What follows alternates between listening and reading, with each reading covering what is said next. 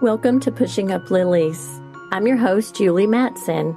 Pushing Up Lilies is a weekly true crime podcast with spine-tingling, unusual, and terrifyingly true stories from my perspective as a forensic death investigator and a sexual assault nurse examiner. Do I have some stories for you? Are you ready?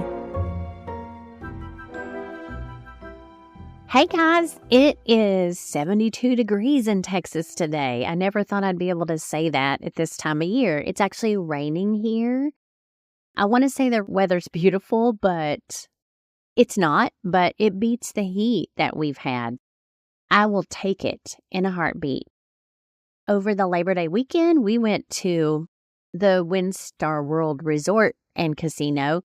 And we stayed in the hotel there and actually spent some time outside in their new 5-acre pool, which is kind of cool. It didn't really look like it was 5 acres, but it had several levels, and there was like a pool for kids and adults, and then there were several adult-only pools. And then we rented our lounge chairs, and it was super cloudy, and we thought we really weren't getting a lot of sun, but everyone is burnt. I mean, crispy lobster-like burns. So I got it on my shoulders and my chest and a little bit on my nose. Everyone else got it much more than me. I think I was under the umbrella, so I had a lot of shade. But man, so everyone was having a hard time sleeping. So, clouds can be deceiving. I think that we just thought the sun wasn't getting us at all. And then boom. The next day, you notice it. Anyway, I hope that everyone's Labor Day was amazing. I wanted to share a story with you about a girl named Sarah Boone. And this is a Florida woman who was accused of zipping her boyfriend up inside a suitcase. So they were playing hide and seek. And she left him outside in the suitcase, and he died. So she is facing second-degree murder charges. And it's been more than a year after she was originally scheduled to stand trial. Now, she was arrested. Actually, it's been 4 years now. She was arrested on February the 25th of 2020, so this wasn't that long ago. In Orange County, Florida, the deputies there found Jorge Torres Jr., who was 42, inside of a suitcase where he had been for hours outside of their Winter Park home. Now, Sarah actually phoned 911 after she found Torres in the suitcase the morning after the two had been drinking and agreed to this hide-and-seek game. I play hide and seek all the time with my granddaughter, but I'm not going to let anybody zip me up inside of a suitcase. I mean, number one, I'm claustrophobic. That sounds horrifying to me, but I can't imagine letting someone zip me up into a suitcase. I don't even know how this happened, honestly, but Torres was found dead, and Boone was charged with second-degree murder in 2023. Boone admitted zipping Torres up inside the suitcase and then going upstairs to bed. Now, she said that she believed he could free himself. And I don't know. I mean, I don't know what kind of a suitcase it was. I haven't seen pictures of it, but I would think that if you tried hard enough, you could break the zipper. But it might not have been a zippered suitcase. So I have no idea. But she stated that, she thought he could get out, and she said that she woke up after passing out on her bed and then found him unresponsive inside the piece of luggage. Now, Boone apparently ignored Torres's pleas for help, and he also told her that he was unable to breathe. The sheriff's office reviewed video evidence of Torres attempting to free himself. I'm guessing maybe the suitcase at some point in the video had overturned, making them believe that he was trying to escape. The video also included Boone laughing and saying, "That's what I feel like when you cheat on me." Now, in addition, when Boone was interviewed, they asked her for her phone and, of course, searched through it. And they found 2 videos that she had taken the night of the incident that showed her laughing as he pled for help. Boone, however, said that she did not remember recording those videos. There was a delay in the case because several public defenders assigned to represent Boone have withdrawn from the case. They said that they could not see eye to eye with her on her defense. So apparently she could not be satisfied by an attorney. It sounds like that she was being rather hard to get along with. She went through several attorneys, and this seemed to be a big problem.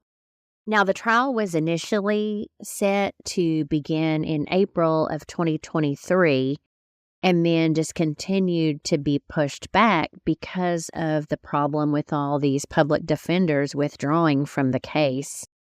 Previous attorneys that she was going to use said that they had planned to use a battered spouse defense.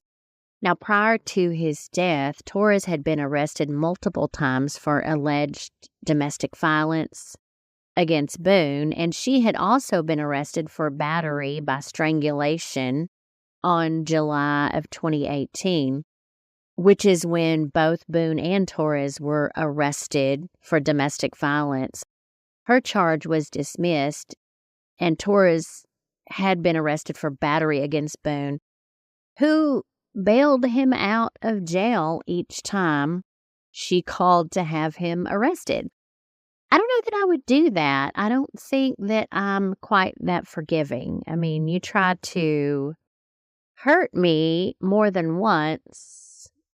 I'm not going to bail you out of jail. This allowed the abuse to continue and happen over and over again. The night of the incident, Boone claimed that she and Torres had a single bottle of wine. So she says that's all they had to drink was one bottle of wine, and decided to play hide and seek. They thought it would be funny to put him in the suitcase. Now, I'm sure he thought that it would be funny to put him in there as long as she unzipped it and let him out. I don't know. I just don't find that funny at all. I mean, if my spouse, and I trust him wholeheartedly, but if he said, hey, let's zip you up in a suitcase, I'd be like, kick rocks, because it ain't happening. Anyway, they were apparently both laughing about it initially, and then she went upstairs and accidentally fell asleep, or as some reports say, she passed out. After the withdrawal of her 8th lawyer, I mean, how can you disagree with 8 different people? And I think these are all public defenders. I'm not sure that she was even having to pay for their services, but she now has to represent herself in court. She is also expected to use the battered women defense at her trial, which has been set for October the 7th of 2024. Now, she did file a motion in August asking the court to dismiss her case, citing her right to a speedy trial, because in Florida, a speedy trial means that a person charged with a crime has to be brought to trial within 90 days if it's a misdemeanor and 175 days if it's a felony. And then obviously it's been 4 years, so it's been quite a bit longer than that. Yeah, so it's been way more than 175 days. So she was asking for a dismissal because of that. She didn't feel like she had gotten a speedy trial, and obviously she hasn't. She was granted a request not to have to wear handcuffs or shackles in the courtroom during the trial. So she will be representing herself. She's been through several attorneys. You know, none of them really agree with what she wants them to do, and so they're not on the case anymore. This will be a very interesting trial. I wish it was one that we could watch on TV. So it'll be coming up in October. And again, this happened in Florida, in Orange County. I cannot wait until this trial comes out. I'm really interested to see what happens. Again, I would never let anyone zip me up into a suitcase, and then I'm guessing she maybe just carried it outside and left it. But I can't imagine forgetting about that. And I mean, she knows that during the night he didn't come back to bed. So the next morning she found it outside. I'll give her that. At least she called 911. I mean, she didn't just like take the suitcase with him in it and dump it in the river and pretend it never happened. I will give her that. She called them.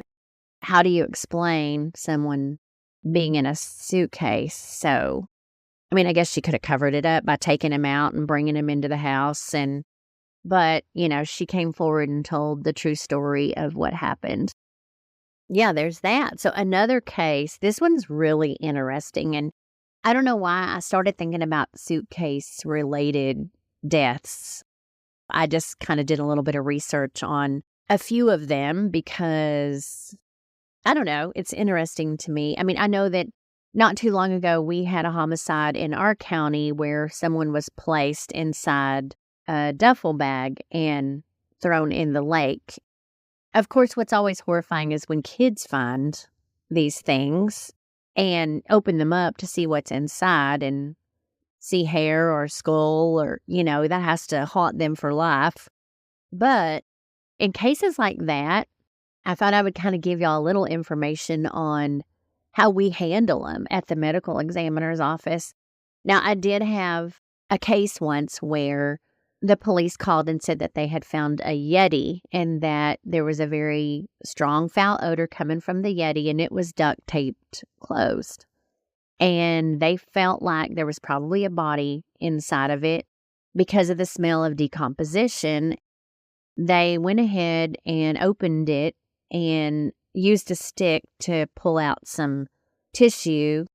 And we actually sent photos from the scene to our forensic anthropologist who said that they appeared to be the bones of a deer. So someone had probably just shot a deer and gutted it and then put all the stuff inside this Yeti and dumped it. But it could have very well been a person. So, of course, those types of things have to be investigated. The duffel bag case, we do not go in as investigators and pull things out of the bag. Number one, this is, even though it was in the water, it's considered a trace case. In trace cases, we want to manipulate and touch the body as little as possible. And that's because we want to give the trace team at the medical examiner's office opportunity to find DNA that's not ours. But we do not touch those. We do not pull things out. We don't try to piece the body together and try to figure out if anything's missing. All that, the whole duffel bag, everything in it goes straight to the medical examiner's office, and the doctors and the team there do their job trying to find trace evidence on the suitcase, on the body, in the suitcase, just whatever they can find. Little manipulation. In a lot of cases, we remove jewelry and those types of things. We don't, in these cases, we don't dig through the duffel bag to see if they had a watch on. This is obviously a homicide. She didn't jump in there and throw herself in the lake. But these cases, as difficult as they are to go on, they're pretty easy cases, right? Because we bring the person in unidentified. We don't know who they are. We can't see their face to compare it with any kind of an ID. They come in as an unidentified person. We don't have a race, an age, a date of birth, a home address, or even next of kin. So there's not a lot to write up other than the story of how the duffel bag was found and who found it and phone numbers of law enforcement who are completing the investigation, whether or not a missing person report was made on anyone in the area, those types of things. That all goes into our report, but these are kind of easy because there's not a lot of photos. It's just a bag with a person in it. And all the information that I talked about a minute ago is missing. So pretty easy. Most of the work is done at the medical examiner's office to try to determine what the cause and manner of death were. And then after that, it's kind of in the police's hands to try to find the person that did it. our job in these cases is relatively easy. There is another story, again, and this involved a suitcase. It was a girl named Grace Millane, and she was actually a British tourist who was murdered in Auckland, New Zealand, and this happened back in December of 2018. 26-year-old Jessie Shane Kempson was charged with her murder on December 8th of 2018. Now, Millane's body was found west of Auckland. After he killed her, he actually went on another Tinder date while her body was still in his room. Now, I'm hoping that he didn't bring the date up there, but you never know. He could have had her hidden somewhere in his hotel, which is, I think, where he lived. But he actually claimed that she died during consensual sex. Now, he was essentially convicted and sentenced to life in prison. He filed an appeal, which was later dismissed. Grace was from Wickford, Essex, and she had recently graduated from the University of London with her bachelor's degree in advertising and marketing, and she was on a backpacking tour in New Zealand. I'm assuming by herself. I don't know. I don't think that I would go backpacking in New Zealand alone, but some people have more guts than I do. So she was on a 2-week stay there after spending 6 weeks in South America. And she entered New Zealand on November the 20th of 2018 and actually arrived in Auckland on November the 30th. At 9 p.m. on December 1st, she was seen in Victoria Street in Auckland's Central Business District. But she was last seen at 9:41 p.m. at the City Life Hotel with Jessie Kempson, which is, again, like I said, apparently where he resided. Her parents became concerned because she did not reply to birthday wishes. This happened just a couple of days before her birthday. She didn't reply. They had sent her birthday wishes on December the 2nd of 2018. And then 3 days later, they reported her missing because she had not responded to them. She had not gone to her hotel the night of her disappearance and had not been seen there since. Now, police initially said that there was no evidence of foul play, but later, after they gathered evidence, they felt like she was probably no longer alive. On December 8th, police announced that they were actually treating the case as a homicide. So this moved along in a pretty timely manner, but her body was found on December 9th at around 4 p.m. off Scenic Drive in the Waitakere Ranges west of Auckland, and she was buried in a suitcase. Another suitcase death. Though this was a little bit different, right? She was strangled first and then put in the suitcase. An autopsy was done on December 10th. A shovel that was used in the incident was found on December 13th. Kempson had already been arrested on the 8th and charged with murder on the 10th. But, they continued to search the area and found the shovel after that. Now, Kempson was born and grew up in the Wellington region, and he was raised by his father and grandfather after his parents separated when he was only 9. He apparently played softball and worked as a bartender. He had since been estranged from his family. And he had a drunk driving conviction in New Zealand and had also been arrested for disorderly behavior in Auckland and also in Sydney, Australia, when he lived there. He had been convicted of 9 charges of rape, sexual violation, threatening to kill, and assault in 2 sexual violence trials before a judge in October and November of 2020. When Kempson's trial began on November the 4th of 2019, he entered a not guilty plea. Apparently, he had strangled her during this Tinder date, and he had conducted several internet searches on how to dispose of bodies, as well as viewing pornography. He did dispose of her body. Again, he buried it in those ranges inside of a suitcase. 3 female witnesses who Kempson had also met on Tinder testified that he liked masochistic and bondage sex, including choking. He also rented a carpet cleaning machine after her death. Now, pathologists testified that bruising on her body was consistent with being restrained and asphyxiated.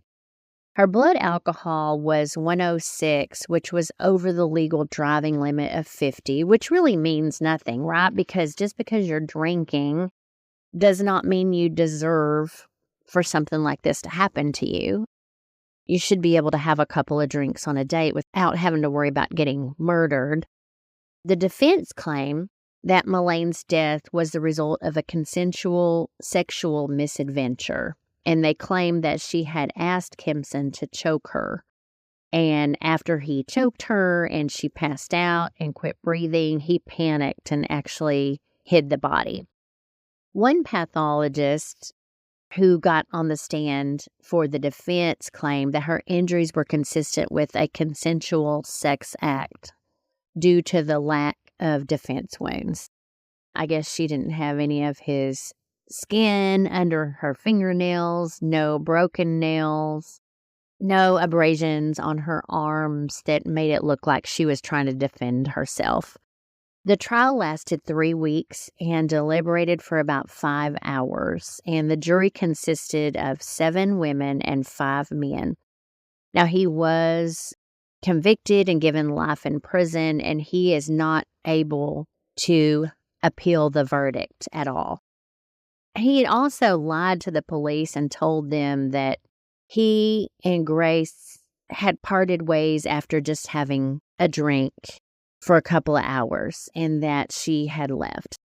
He was definitely trying to cover up the fact that he buried her, but he also had used Google to browse websites for large duffel bags, suitcases, and a car to dispose of her body after she died.